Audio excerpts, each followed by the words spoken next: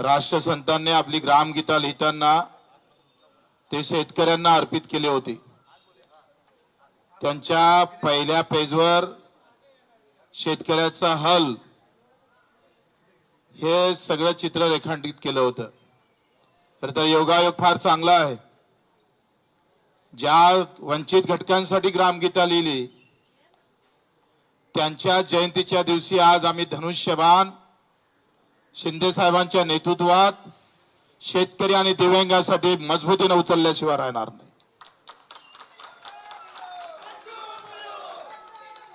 जिथं आहे तिथं प्रामाणिकपणे तेवढ्याच ताकदीने राजकारणात आता आमचा इथून इकडे प्रवास शिंदे साहेबांच्या नेतृत्वात शिवसेनेत राहणार आहे। सुरुवात शिवसेनेची झाली आणि आता हा शेवटचा जो आम्ही पाहतोय 15-20 वर्ष जे काही राजकारण असेल ते सुद्धा शिंदे साहेबांच्या नेतृत्वात शिवसेनेतच राहील अशी ग्वाही देतो।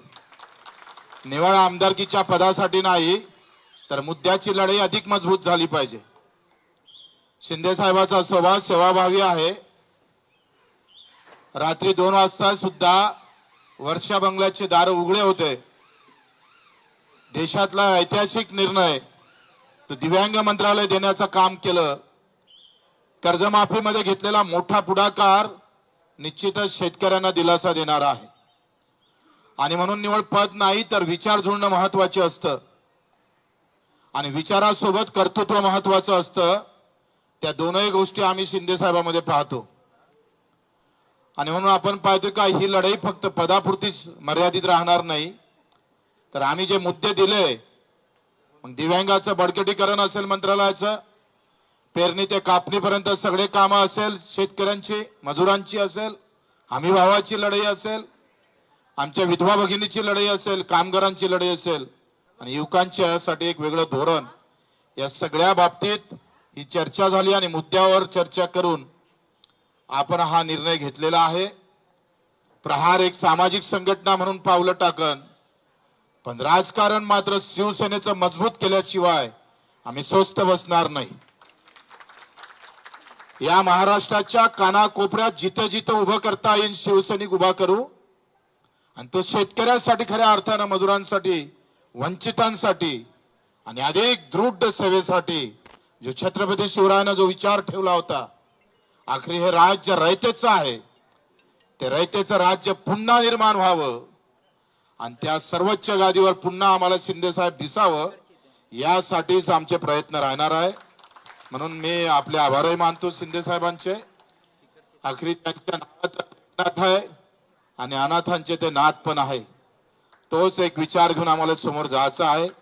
मी आपले मनपूर्वक आभार मानतोय। फक्त आम्ही पाहतोय आमदारकीची साठी नाही तर हे जे मुद्दे आहे ते आता मोठ्या शिवसेनेच्या हाती जावं आणि हा अजेंडा आम्ही पाहतोय भगवा झेंडा घेऊन राबवणार आहोत। तो अजेंडा प्रहारचा पांढरा झेंडा घेऊन राबवत होतोय। आता झेंडा बदलला जरी असला तरी अजेंडा मात्र कायम आहे, लक्षात ठेवा आणि तोच अजेंडा घेऊन आपण समोर जाऊ। जी सावंतजी असेल यांनी फार आमच्यासाठी सगळं मेहनत केली। आमचे एकनाथजी शिंदे यांनी खरं तर माझ्यासारख्या एका कार्यकर्त्याला समजून घेतलं। आपण सर्व कार्यकर्त्यांनी सुद्धा या सगळ्या अगदी वेळेवर सगळे मुंबईतले कार्यकर्ते इथे उपस्थित राहिलात आणि 25 वर्ष एकनाथजी आम्ही स्वातंत्र्य म्हणजे मी 4 वेळा अपक्ष निवडून येणारा मला वाटते महाराष्ट्रात माल्याशिवाय दुसरा नाही आहे। कोणत्याही मोठ्या पक्षाचं पाठबळ नसताना आम्ही ही आतापर्यंत हे सगळं काम सांभाळलं। आता अधिक ते जोमानं आपण सांभाळू। आपण सर्वांचं मी कार्यकर्त्यांचे आभार मानतो। अतिशय प्रामाणिकपणे जिथं राहिलं तिथं प्रामाणिकपणे काम करू, अतिशय प्रामाणिकपणे समोर जाऊ। सर्व कार्यकर्त्यांनी जे मेहनत घेतली सगळ्यांचं नाव घेतलं तर अधिक रागरूग नको म्हणून नाव घेत नाही। आपल्या सर्वांचे आभार मानून इथे खास करून मीडिया तुमच्या सूत्रानंच हे सगळे सूत्र हलवले। ते सूत्र अजूनही आम्हाला गवसले नाही पण तुम्ही आम्हाला वारंवार म्हणजे 4-5 दिवसापासून फक्त मीडियावर बच्चू कडू आणि शिवसेना एकनाथजी एवढंच होतं आणि असं वाटलं का नाव नाही फक्त एकच निवडणूक होत आहे का आमदारकीची, म्हणून मीडियाचे पण आभार, धन्यवाद देतो आणि ते 2 शब्द संपवतो.